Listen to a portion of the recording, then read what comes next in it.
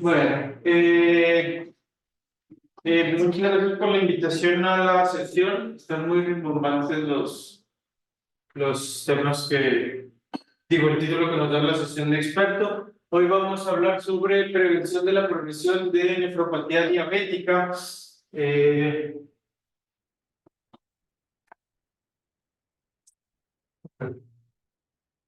Conflicto de interés, dado que vamos a hablar de los temas. He sido vocero, he dado pláticas o he recibido también apoyo para congresos, trabajos y dinero de varios métodos de laboratorios, entre ellos Amgen, que es de Nosumab, que no tiene nada que ver con la plática, es Prolia, es para el tratamiento de osteoporosis y se puede utilizar para cáncer con metastasis a hueso. Vaya renal, que pues sí, evidentemente el día de hoy vamos a tocar el tema sobre ella y un proyecto para lesión renal aguda que se llama NephroCheck. Fuera de eso no tengo otro conflicto de interés. Vamos a hablar sobre un caso clínico, cierta epidemia muy bajita, porque yo creo que ya lo he hablado bastante. Un concepto que quieren poner un poquito sobre la enfermedad cardiorrenal, que ya tenemos el concepto desde hace tiempo, pero lleva un cardiorrenal metabólico. ¿Cómo abordamos a un paciente que vive con diabetes y si sí o no deberíamos tomarle biopsia? ¿Qué se ha estudiado para el tratamiento y qué ha mantenido evidencia para ver si sí funciona durante el tratamiento? ¿Alguien que quiere ayudar con el caso de los que están en la audiencia? A lo mejor para que, digo, en la audiencia. Perdón, en la vía electrónica.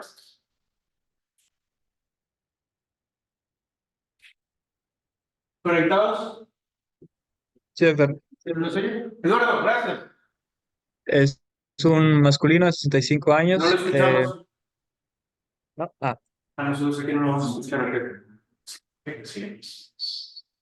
no, masculino, 65 años. An- Antecedentes cardiometabólicos renales de importancia, diabetes mellitus en diagnóstico del 2000, hipertensión arterial diagnóstico en 2016, tabaquismo 40 paquetes año, niega etilismo o toxicomanías. Datos clínicos tienen un IMC de 32, TA 155/72, una hemoglobina glucosilada de 10.1, LDL en 110, creatinina en 0.8 y está en tratamiento con candesartán, rosuvastatina, empaglifosina y semaglutide. Bien, Y acá dice, perdón, muchas gracias Eduardo, aprecio mucho su participación. ¿Alguien que tenga alguna duda del caso en particular, sobre todo de estudiantes? Saben que son todos los medicamentos, pero que sí, porque ya presentaron un examen parcial. Candesartán, sí sabemos que son, rosuvastatina, EMPA y semaglutide. ¿Sí? Entonces aquí saben que son. Ok, muy bien. ¿Qué tal? ¿Cómo están? Buen día. Muy bien. ¿Ven ustedes consulta en el Metropolitano a los residentes? Sí, ya están viendo otra vez consulta. ¿Qué tan frecuente es que vaya un paciente que vive con diabetes y trae más o menos? Bueno, es casi todo lo que vemos en consulta, ¿no? Como médico internista, yo creo que es de los principales motivos de consulta el paciente que tiene enfermedades crónicas. ¿Qué opinan de la hipertensión arterial de este paciente? ¿Si era una hipertensión arterial esencial o primaria o pudiera ser una hipertensión secundaria? Primaria, ¿quién dice primaria? Varios de la audiencia dicen primaria, unos se arrepintieron de votar, pero primero sí primaria y luego no. ¿Quién dice secundaria? Nadie dice secundaria. Bueno, la realidad es que este es un paciente que tiene una enfermedad renal crónica probablemente, dado la evolución de diabetes, y su hipertensión es secundaria, ¿ok? Si es un conjunto de enfermedades metabólicas lo que le está causando la hipertensión, pero tiene con diabetes, pues 24 años ya, evidentemente va a traer un daño renal que vamos a tener que buscar de alguna otra forma, y eso está relacionando que también el paciente tenga hipertensión. Perdón. Los nefrólogos alegamos mucho que la hipertensión arterial en el paciente que vive con diabetes de larga evolución es secundaria a un daño ya intrínseco del riñón. Entonces, por eso decimos que es secundaria.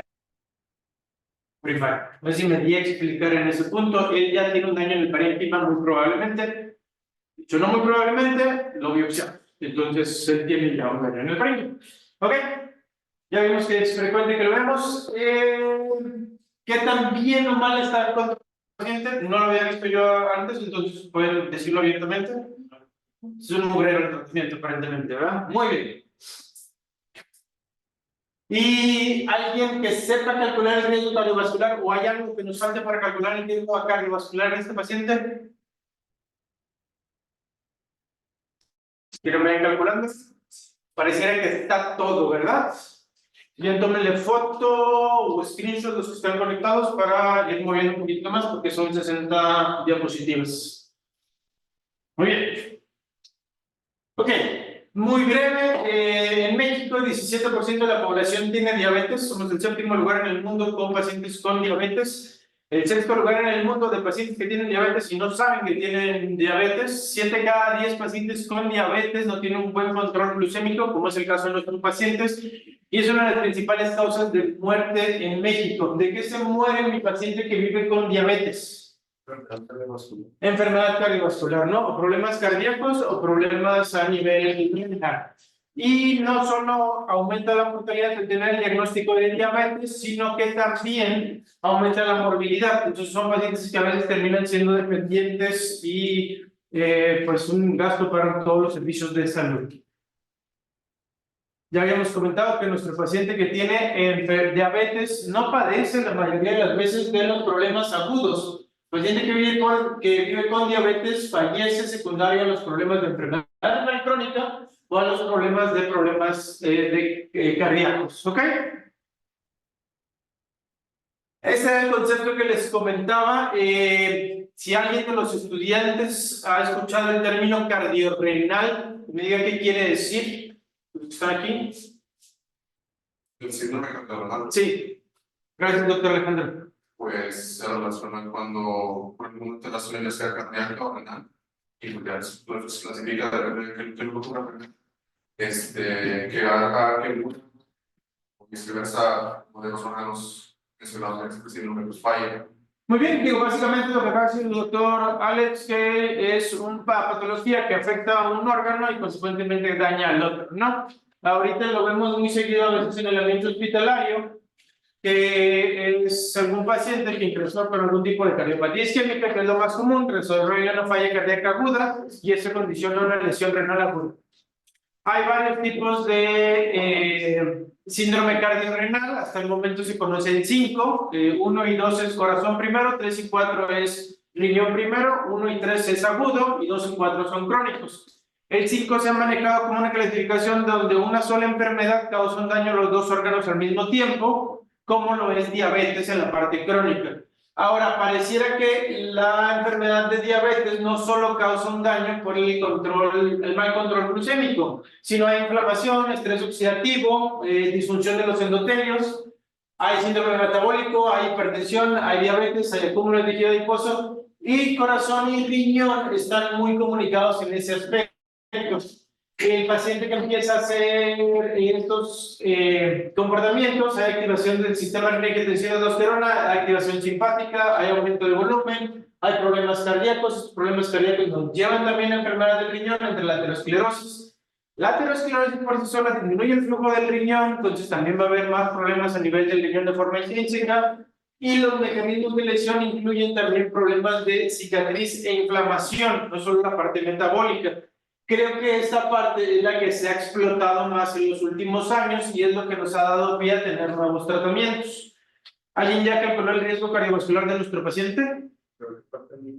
Colesterol total. Colesterol total y el HDL, ¿ok? Entonces esos son datos que vamos a dar. ¿Hay algo más que deberíamos de incluir en esta fórmula o que hay fórmulas que lo incluyan? ¿Ok? Sí, él sí tenía tabaco, sí. Sí, 40 paquetes, de hecho sigue fumando, que es algo que también deberíamos de quitar. Bueno, hay quienes dicen que deberíamos de agregar otra cosa al riesgo cardiovascular que ahorita vamos a ver, ¿no? Esto es simplemente comentando lo mismo de la fisiopatología, sistema nervioso simpático, reniegue tensión de aldosterona, el estrés oxidativo, la inflamación, las complicaciones que tenemos a nivel cardíaco y las complicaciones que tenemos a nivel renal. ¿Cuál es la historia natural de un paciente que tiene diabetes en cuanto a los problemas del riñón? De igual forma, algún estudiante que quiera participar. Si no, voy a elegir a uno. ¿En serio? ¿No quiero participar? ¿Usted elige? Ah, yo elijo a uno. Vicky, dígame un número del 1 al 10. Sí.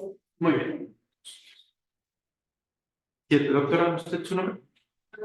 Ana Sofía. ¿Qué pasa con un paciente con diabetes a nivel del riñón? Muchas gracias, Vicky, por repetir la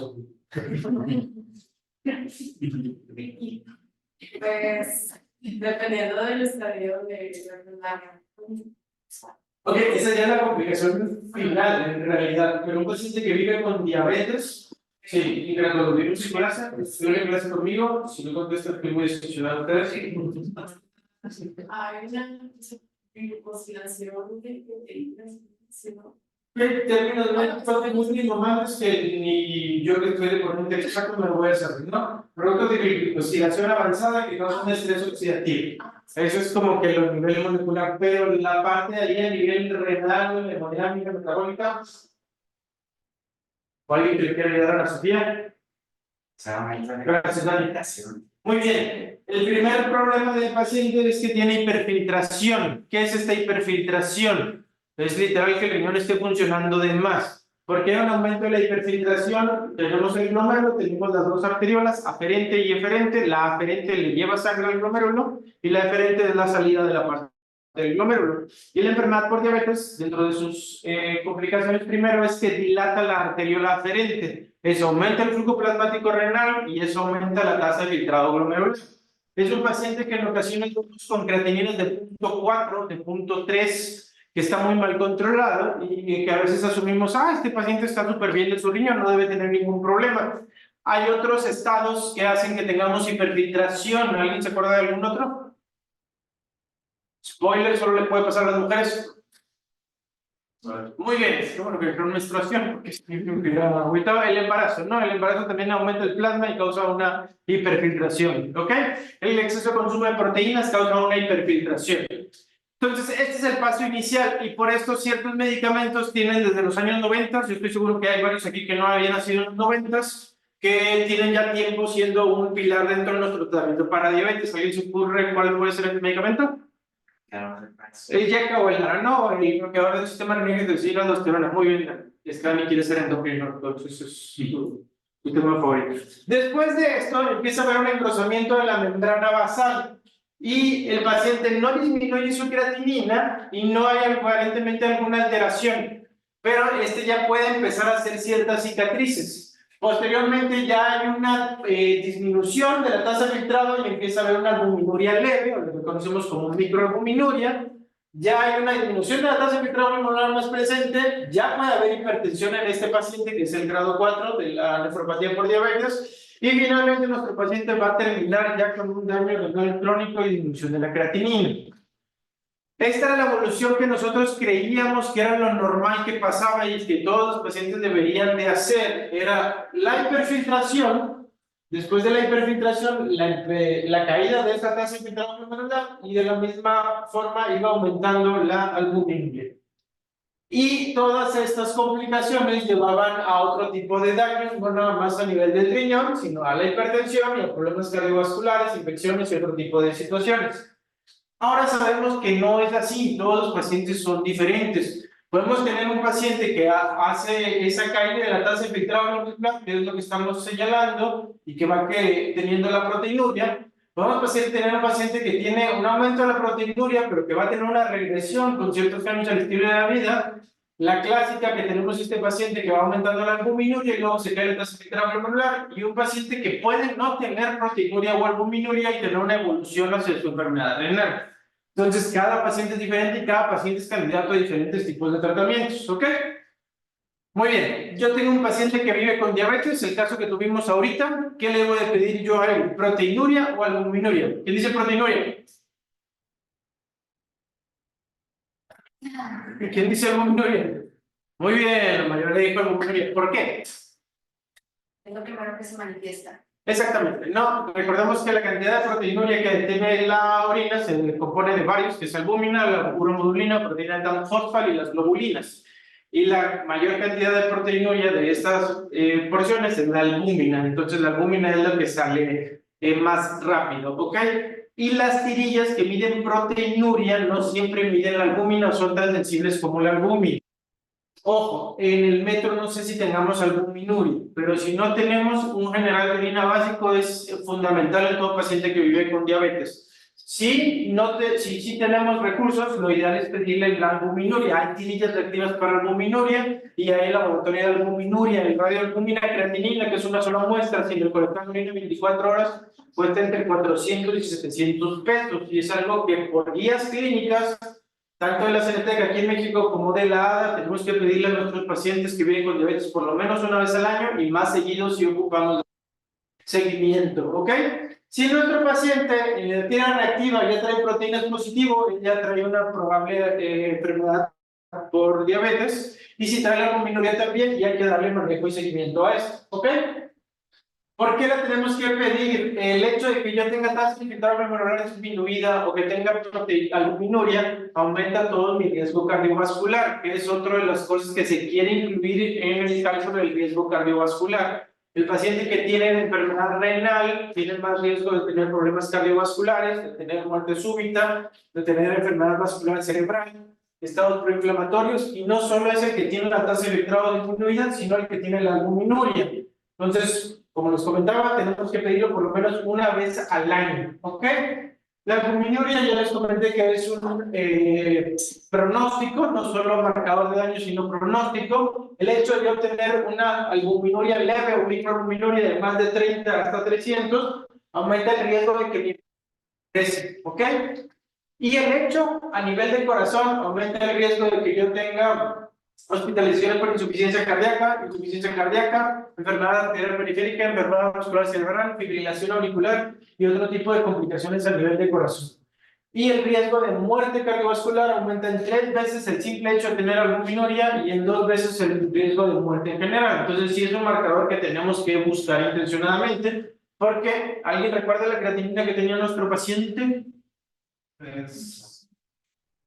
Me tomaron fotos ingratos porque sabía que sus capacidades de memoria iban a ser. Gracias, Dani. 0.8 tiene una tasa de filtrado glomerular completamente normal. Ok, ese paciente, si nosotros no pidiéramos albuminuria que él no tiene enfermedad renal crónica. Ok, entonces este es nuestro paciente, llegó a la consulta, en el ego sí traía proteínas y en lugar de pedirle yo la albuminuria, le pedí una orina de 24 horas, porque viene aquí y trae 8 gramos de proteínas el señor en la consulta. ¿Cuánto es lo normal que deberíamos de traer de proteínas en orina?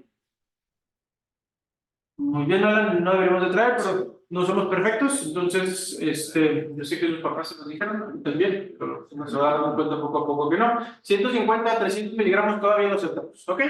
Pero no debería haber proteinuria, trae 8 gramos, trae una proteinuria en rango nefrótico, ¿ok?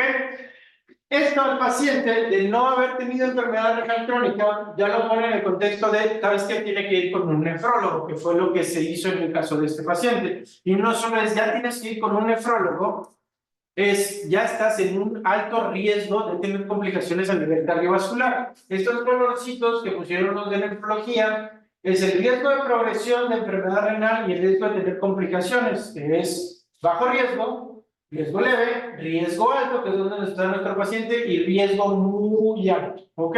Entonces este paciente, de tener una tasa de filtrado normal a tener una albuminuria ya pesada o una albuminuria clínica, pues ya es un paciente que tiene más factores de riesgo a nivel cardiovascular. Ok, doctor, ¿deberíamos de haber biopsiado a este paciente? ¿Quién dice sí, quién dice no? ¿Qué criterios podríamos tener para que sí o para que no? De los que están en la audiencia vía electrónica,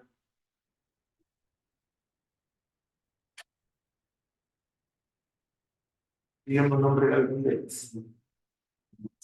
Monse, ¿deberíamos de biopsiar a este paciente, Monse? ¿Sí me escucha?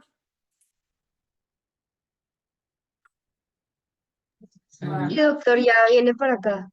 Ah, ok, perdón.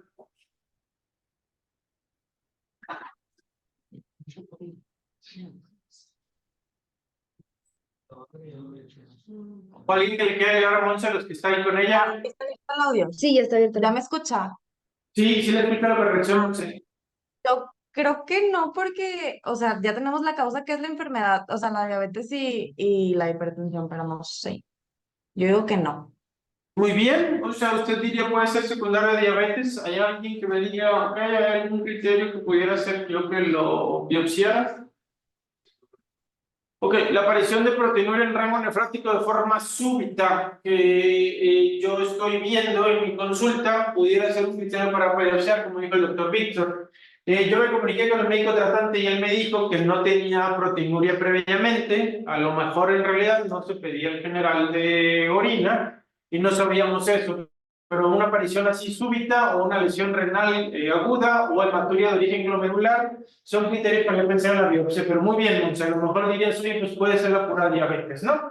Que son los que comentamos ahorita. Si yo creo que puede ser alguna otra enfermedad, la hematuria o de origen renal o glomerular, el síndrome nefrótico en pacientes con diagnóstico reciente o la tasa de filtrado súbita. El aumento típico de la proteinuria y en pacientes con diabetes tipo 1 es el que no tenga retinopatía. Acuérdense que el paciente que tiene diabetes tipo 1 comparado con el tipo 2 tienen presentaciones clínicas diferentes. Entonces lo biopsiamos. El paciente juraba y perjuraba que él siempre se controlaba. Entonces, pues yo tenía muchas dudas de su control con una glicosilada de 10. Y también tenía dudas de que, bueno, a lo mejor tiene otra enfermedad. Y si tiene otra enfermedad, yo le podría ofrecer otro tratamiento y estoy enfocándome en una sola. ¿Quién quiere leer la biopsia? Mande, doctor, perdóneme. O sea, en ese caso, en la slide anterior de lo de diabetes de reciente diagnóstico, o sea, podría ser diabetes tipo 1, diabetes tipo 2 independientemente. Ah, Pechín, ¿cómo está? Hola, muy bien, ¿y usted? Bien, también. No sé cuál punto me dice, perdóneme. El 3. La aparición de síndrome nefrótico pediátrico. Sí, O sea, sí, sí. El 2 pues es también un poquito menos estricto este criterio, en el sentido que el 2 puede tener varios años con diabetes y nosotros no habernos dado cuenta, ¿verdad? Muy bien, gracias, Pechín. gracias.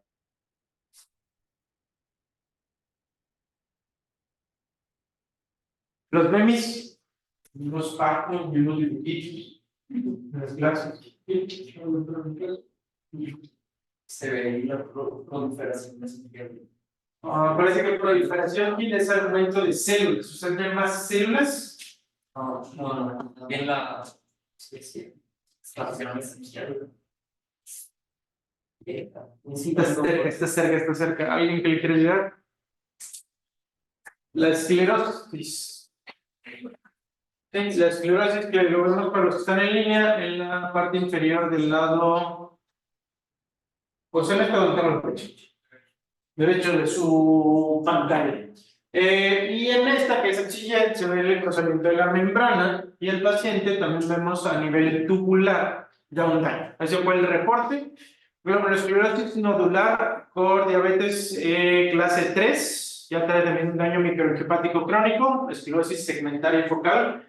Glomerulomegalia compensatoria, que esto es lo que también hace que el paciente vaya evolucionando, está quedándose sin glomérulos y los otros están trabajando de más y esto está ocasionando el daño y nefritis tubúrica artificial. Eso vemos en esta sección que es ciertos tubos que están pegados, pero como que han infiltrado y aquí se han infiltrado horrible a nivel del intestino. ¿Ok? Entonces nuestro paciente tenía nefropatía diabética. El término nefropatía diabética se debe reservar nada más al paciente que biopsie, ¿ok? Lo utilizamos indistintamente porque no biopsiamos todos los pacientes que tienen diabetes, pero el término correcto es enfermedad renal asociada a diabetes y hay diferentes grados en cualquiera de las dos, ustedes utilícenlo indistintamente. ¿Hay alguna forma en la que, porque era el objetivo de la clase, de la que yo pueda prevenir que mi paciente se siga complicando? De cualquier forma que a ustedes se les pueda ocurrir. Avanzar la comunicación del estado de Muy bien, ¿sale? Muy bien. controlar la glucosa, controlar la hipertensión arterial, también pues dieta baja en proteína y coche, ejercicio, y pues el bloqueador de gas, carbohidrato, el manejo, pues el magnesio que también, llegar. Yo no sé si creo que detrás, ok, muy bien. También estatina, si es el caso. El riesgo cardiovascular, excelente también. Y pues también se puede utilizar melona en ocasiones. En este caso en particular, No, en este caso no. Pero bueno, ahorita deberíamos vamos a hablar de cuándo sí, cuándo no, y en este paciente en particular se puede utilizar, pero no hace falta antes de utilizarlo para hacerlo de forma correcta. El doctor Daniel, muchas gracias nuevamente por participar, nos habla de todo lo que hemos leído, y el objetivo de esta clase es que todo eso que hemos leído mostrarle cierta evidencia, y me gustaría a lo mejor que los artículos que llevo a citar aquí en algún momento los lean. Hay artículos mucho más viejos que ustedes, o sea, lo que es vieja ya tiene desde los 90s. ¿Quién es de los 2000s aquí? ¿Qué fue? Todos los memes, sabía que todos los memes iban a estar en ese rango. Muy bien. Entonces, dieta y ejercicio, controlar la glucosa, controlar la presión, controlar los líquidos y dejar de fumar, ¿ok? Esto ya tiene muchos años diciendo. ¿Y si sirve? ¿Hay alguna evidencia? ¿Alguien me puede citar algún artículo que diga ese control te ayuda? ¿Sí? Bueno. La realidad es que casi nadie ha leído un artículo en la residencia porque es algo que ya lo vemos en libros y lo vemos en todos lados. El artículo más grande y viejito sobre eso es el UKPDS, que es un artículo que se hizo en el Reino Unido para controlar pacientes que viven con glucosa. Hay otro artículo pequeño que a mí me gusta mucho, perdón, nada más antes de seguir, el pilar ya lo comentó el doctor Daniel, los medicamentos que tienen tiempo ya en la guía clínica, ese bloqueo del sistema renal angiotensina aldosterona y los ISGLT, terapia antiplaquetaria. No todo paciente con diabetes ocupa aspirina, eso es bien importante recalcarlo. La aspirina no es de prevención primaria, pero la estatina sí. Y la guía clínica te dice que un paciente que tiene enfermedad renal crónica puedes iniciarle también de primera línea el ISGLT en lugar de la metformina. Lo más probable es que no se vaya a controlar con uno y ocupe dos y le vas a ir agregando cosas, ¿ok? Sirve el monitoreo y el control intensivo, les comentaba el UKPDS, y este artículo a mí se me hace muy bonito, se lo cito los servicios en las clases, se llama Steno Trial, ¿ok? El Steno Trial tiene una subdivisión, es el Steno 1 y el Steno 2 Trial, ¿ok? Es una población relativamente pequeña que se fue poniendo en dos tipos de bloques, que era un control normal de nuestros pacientes y un control intensivo de nuestros pacientes. Intensivo, hagan de cuenta que era como ustedes están haciendo la tesis. Todos los días y semanas nos estamos friegue para que trazaran avances de la tesis. Aquí era el control intensivo de nuestros pacientes. Y el otro era lo que hacemos la mayoría en consulta. Tómese este medicamento, váyase a la casa y lo veo en 3 meses, ¿ok? En realidad, el paciente que tenía la terapia intensiva lograba mejores controles, tanto en colesterol como en triglicéridos y en las presiones, que es en la parte de la línea azul. Y tenía mejor hemoglobina glicosilada, si era significativamente, si causaba algún impacto significativo. Y esto es lo que me gusta un poquito más a mí señalar. El Steno Trial se llevó primero 4 y luego 8 años. Y durante ese tiempo, al grupo intensivo se le estaba molestando para que hiciera todo ese control. Y después de los 8 años, ya se les dejó que cada quien hiciera la intervención que ellos quisieran y nada más se les dio seguimiento. Y fíjense cómo la probabilidad de muerte en el grupo intensivo siempre es menor. Y después de los 8 años se mantiene. Y de hecho, el grupo convencional pues aumenta mucho su mortalidad. Y también por problemas cardiovasculares. Y no solo la probabilidad de muerte, sino las complicaciones como nefropatía, como neuropatía, como retinopatía, son menores en el paciente que tuvo el control intensivo. Entonces, sí hay evidencia, les digo, los dos más grandes que vienen a la mente es el UKPDS, el Steno Trial, pero estoy seguro que los endócrinos han de saberse todavía muchos más artículos sobre eso. Si los quieren leer, les digo, por eso los estoy mencionando. ¿Ok? Yecawara 2. Yecawara 2 desde los 90s. Y no es no es uno solo en particular, ya se han estudiado muchos, el ramipril, lisinopril, enalapril, irbesartán, candesartán, olmesartán, telmisartán, depende de quién le paga a quién, pues ahí van, ¿no? Y han demostrado que disminuye la albuminuria, a diferencia del calcio antagonista, que no tiene efectos sobre la albumina. ¿Ok? Oiga, ¿y a poco desde los 90s hasta ahorita nadie se le podría hacer alguna intervención? Sí, pero todas fallan. Ahorita vamos a ver cuáles son. ¿Cómo funciona el Yecawara 2? Lo dijo la vez pasada la doctora Valeria a la perfección, pero al revés, y luego corrigió. Lo que hace el Yecawara 2 es que dilata la eferente. Yo tengo abierta la vía de entrada, entra más flujo plasmático renal, aumenta la presión acá, y se llega a cerrar un poquitito en pacientes con diabetes. Entonces, abro esto de acá y disminuyo la presión del glomérulo o la hipertensión glomerular. El glomérulo, lo he dicho yo en las clases de los estudiantes, no es ofensivo, es como para que se lo acuerden, pero es como el Levis, ¿ok? No tolera la presión, ¿sí? Se rompe, se cristaliza y se le genera cicatrices, entonces hay que tratar de quitarle la presión. Y dos de nuestros medicamentos funcionan por esta vía. Uno es el Yecabolán y el otro lo vamos a ver a continuación. Muy bien, qué bueno, tenemos yegas ovales, pero nuestros pacientes con el paso de los años van a seguir teniendo un riesgo de progresión. Si disminuyó mi progresión del yeca o el ARA, de a lo mejor un 30% a 2 años a un 20%, pero sigue ese riesgo residual. Entonces, pareciera que el control intensivo no es suficiente, pareciera que el yeca o el ARA no es suficiente y tengo que buscar otras herramientas. La gente ha invertido mucho en esto, mucho. Desde los 2000 hasta el 2013, incluso 2020, se han inventado muchos medicamentos que han muerto en el intento de lograrlo. Antagonistas de la endotelina, cosas que tienen que ver con factores de crecimiento de fibroblastos, el inhibidor directo de la renina, otras cosas que tienen que ver con inflamación. A alguien ya se le ocurrió, oye, pues dale yeca y ARA juntos, debe ser muy buena idea, y no funciona. O sea, sí se ha invertido mucho en todo esto y no hemos encontrado tantos cambios. Hasta que llegaron los ISGLT2, ¿ok? Entonces, desde los 90 como hasta el 2015-2020 no tuvimos ninguna intervención o mejoría. Ya era cuando yo era estudiante, entonces la realidad es que nada más teníamos metformina y la medida para nuestros pacientes y el yeca. Ahorita tenemos muchas opciones, ¿ok? Los ISGLT2, ¿hay alguna evidencia de que sirvan o no sirvan? ¿Alguien puede citar algún artículo?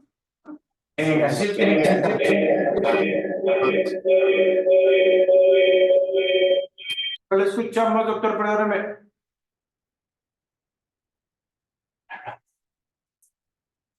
Se escuchó algo, pero si quiere decir la intervención, doctor, se lo agradecemos. Se escucha. Sí, se escucha perfecto. ¡Hey, papá! Estoy demasiado hoy porque voy a la computadora. Pues si quiere, escríbalo, Ferran, le agradezco mucho la participación, pero como que se está haciendo eco. No, ya llegó acá. Ah, ok. Se está abriendo los dos micrófonos. Gracias. Sí, perdón. Estábamos platicando de los trials que se utilizaron para el ISGLT2. Son Muy bien. demasiados. Los primeros son Credence, Canvas, estos fueron con canagliflozina. También tenemos, o sea, dependiendo de cuál sea el ISGLT2, van a ser todos estos que vamos a estar pensando. Sobre todo si empezamos a hablar acerca de la empagliflozina, está Emperor, está también Empakidney, está Emperor Reduce, Preserve, también está DAPA Chronic Kidney Disease, también está DAPA Heart Failure. O sea, tenemos una miriada de trials que se han utilizado en los cuales, mediante serendipia, nos dimos cuenta que aquellos pacientes en los que se les iniciaba estos medicamentos que tenían múltiples comorbilidades del síndrome metabólico, pues tenían una menor hospitalización por causas renales y cardiovasculares. Entonces esto fue lo que hizo que se empezaran a pues estudiar a manera muy particular en ciertas subpoblaciones, sobre todo aquellas que tuvieran heart failure o que tuvieran enfermedad renal crónica.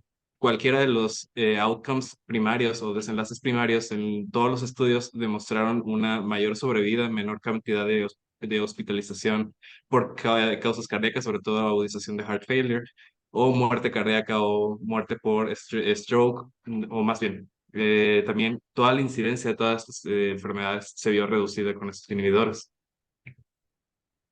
Muy bien, muchas gracias, doctor Farfán. Muchas gracias por los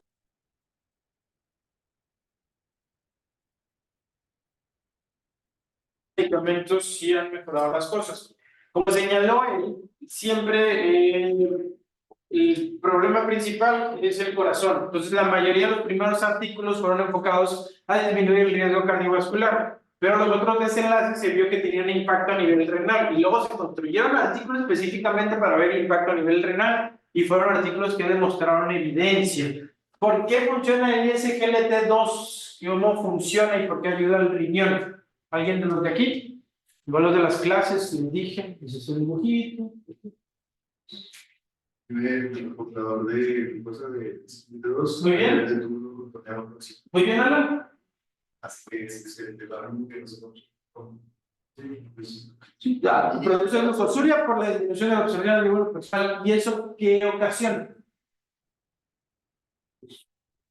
A nivel de los niveles de glucosa plasmática y eso va a producir que los efectos, los mecanismos de compensación por la hiperglicemia, o sea, eso va a provocar que haya una menor, la hiperfiltración que estaba en el renal, se disminuye por el mecanismo. Gracias, doctor Víctor. Gracias, doctora. Pero el mecanismo que busco, que creo que alguien más lo va a decir por allá, no es el mecanismo de glucosa. El mecanismo de este tratamiento también tiene que ver con otros mecanismos, no solo sobre glucosa, que era lo que les decía. Y como spoiler, tiene que ver con la hemodinámica principalmente. ¿Alguien allá que lo quiere decir? Sí. Queríamos platicar que pues, los ISGLT2 al restaurar uno de los mecanismos compensadores de la nefrona, que es el feedback tubulo-glomerular, lo que hace es permite que al aumentar la cantidad de sodio que llega a la nefrona distal, sobre todo a aquella que es sensible a, más bien, posterior al asa de Henle, también con esta glicosuria, lo que condiciona es que se restablezca este mecanismo que por los cambios hemodinámicos secundarios a este como trastorno inflamatorio que es la enfermedad metabólica, condiciona que vuelva a dilatarse la arteriola aferente y bloqueando el RAS con renina, perdón, con cualquiera de los ARA o ECA, lo que hace es dilatar la arteriola aferente y de esta manera disminuye la presión intraglomerular y de esta manera se disminuye el riesgo de progresión y de albuminuria. Muy bien, doctor Farfán, nada más que nos equivocamos otra vez un poquitito en dilatación y constricción.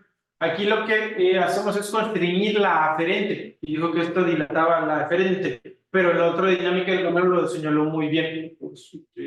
Y si es por ese mecanismo, principalmente a nivel de la mácula densa, todo a nivel de túbulo proximal funciona con sodio, se absorbe con un cotransportador o un antitransportador. Y el hecho de que yo bloquee eso va a hacer que llegue más sodio, como ya lo señaló el doctor Farfán, el doctor Farfán a la nefrona distal, a la mácula densa, y esto va a hacer que el riñón diga, ¿sabes qué? Pareciera que está llegando mucho flujo, entonces voy a cerrarlo. Y la vasoconstricción de la arteriola aferente no es por el mecanismo del YECA o el ARA2, sino es un mecanismo dependiente de adenosina. Y creíamos que eso era lo único que hacía este medicamento, pero no, tiene muchos otros beneficios. Tiene beneficios a nivel del corazón, porque también disminuye un poquitito las concentraciones de glucosa y hace que se vaya hacia otro mecanismo de consumo de energía a nivel del corazón. Disminuye también factores proinflamatorios y factores fibróticos. Entonces, si bien tiene que ver con el mecanismo hemodinámico, pareciera que también tiene que ver con otros tipos de mecanismos de inflamación. Y pues sí, ya nos dijo el doctor Farfán muy bien sobre los primeros artículos que salieron sobre este tratamiento, en Barrec, Canvas y Declare. De estos, el objetivo primario era problemas cardiovasculares, pero también se encontró disminución de los problemas a nivel renal, que no era el diseño del estudio, los estudios posteriores que llevan o el CKD o el payload o cosas así, son los que ya te van a nivel renal. Muchos somos muy miedosos a utilizar canaglifosina porque el primer artículo que salió con canaglifosina decía que había un poquito más de índice de amputaciones. Aparentemente no ha habido ninguno de los otros artículos, pero también en los otros artículos señalan que intencionadamente se revisaba muy bien al paciente de los pies. Y estos son los artículos que ya tienen los ISGLT2 a nivel del riñón, CKD, kidney, critics, ¿ok? Y sí, disminuían todos estos desenlaces. También otra crítica a nivel estadístico, que yo la verdad soy un poco ñoño, o torpe, perdón, más torpe en ese aspecto, de que si hacen desenlaces compuestos es más fácil obtenerlos, pero bueno, ya eventualmente alguien les explicará todo ese tipo de situaciones. ¿Ok? El doctor le parece que sí, conoce un poquito más de muy bien, entonces lo hemos logrado.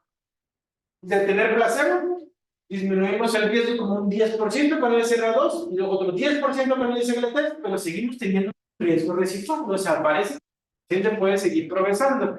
Y quedamos al principio que no solo era el problema metabólico, hemodinámico, sino también la parte de la fibrosis o cicatriz. Que ahí es donde entra el antagonista del receptor mineralocorticoide.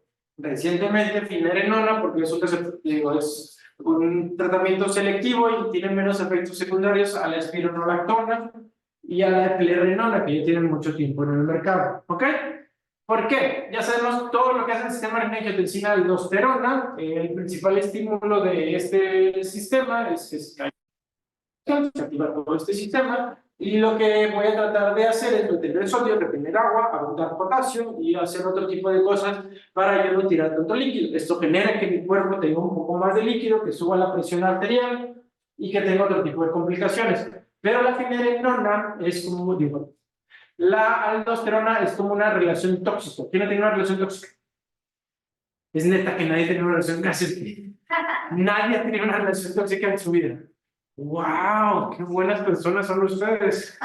Los que dedican todo el tiempo al estudio y por eso no tienen esa relación tóxica, se nos hacemos infinitamente.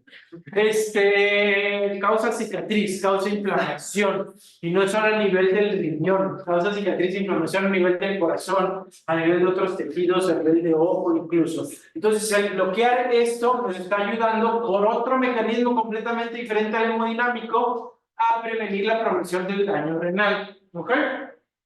Oye, Edo, aquí sí hay artículos que digan que sí jale. Sí hay artículos.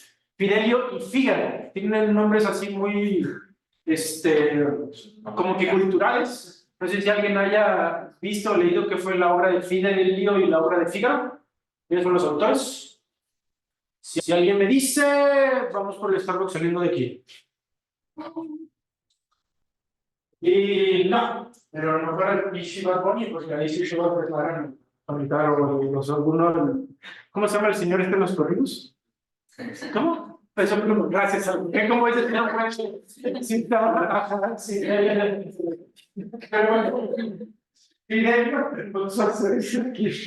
Fidelio es una obra que escribió Beethoven y Fidelio está muy romántica. Fidelio es una mujer, no recuerdo bien el nombre,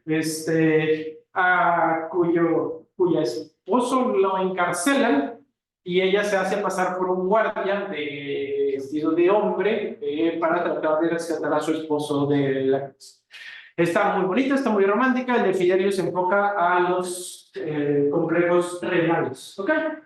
El de Fígaro es un mugrero, es mota y sí está mucho más pesado. Las bodas de Fígaro en realidad es parte de 3 obras teatrales y la última, una de las actrices principales, que no me acuerdo si es Susana o algo así, se termina metiendo sexualmente con su hijo. Entonces sí es algo que no lo recomendaría yo tanto y esa base a nivel del corazón. Ya ven cómo los cardiólogos son raros en particular. ¿Ok?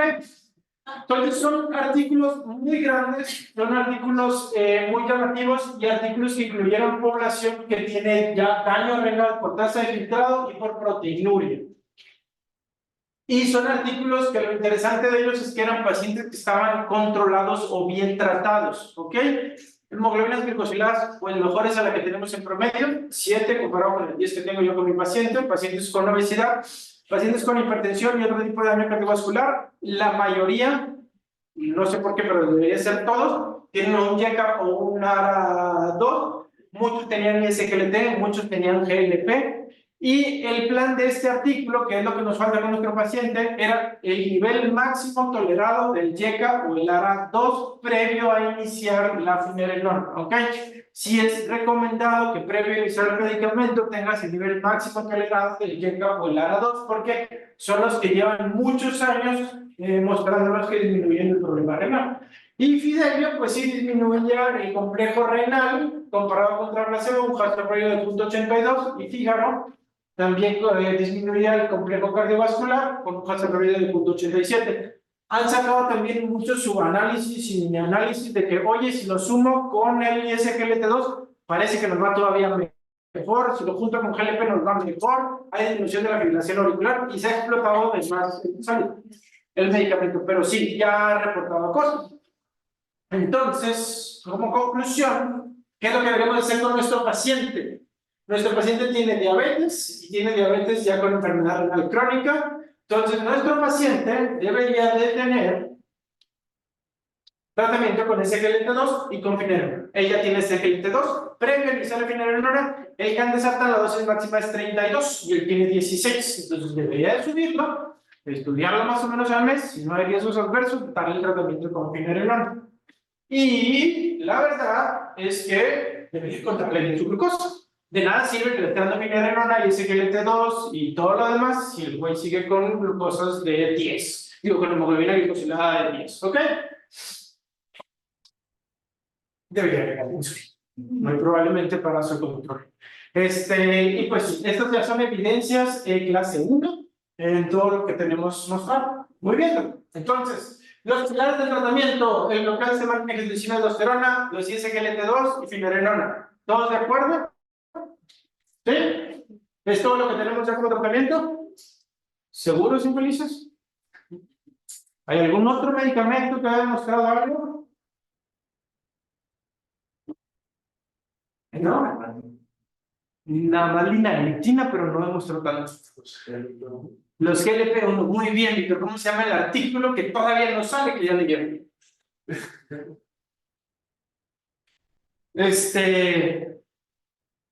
Quedamos que había varios mecanismos, ¿no? Y los mecanismos no solo tienen que ver con el control glucémico, sino con el estrés oxidativo. Ya hablamos también de inflamación con finerenona, del bloqueo RAS, del SGLT2 y los GLP, que también disminuyen el estrés oxidativo y que también disminuyen el daño endotelial, independientemente del control de glucosa. Ahora, como que estaban quedando atrás en ese aspecto, entonces diseñaron un estudio.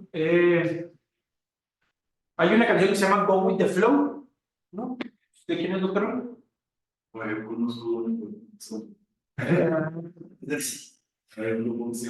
Muy bien, Queens of the Stories. Gracias, doctor Alan. Acaba de reivindicarse después de peso pluma. Y el artículo se llama Flow. El GLP-1 ya empezó a trabajar en un estudio que se llama Flow. Fíjense, GLP a mí no me pagó un peso, pero pues hay que mantenerse actualizados en este tipo de aspectos. Y el estudio Flow, si son como 4,000 pacientes que se van a dividir, también pacientes que ya tienen enfermedad renal y albuminuria, disminución de la tasa intraglomerular, y se van a dividir en grupos de semaglutide contra el placebo. El estudio seguía corriéndose para el año todavía de 2023. Y en el último congreso de cardiología se detuvo el estudio, porque hay evidencia de forma temprana que sí hay protección a nivel renal con el medicamento.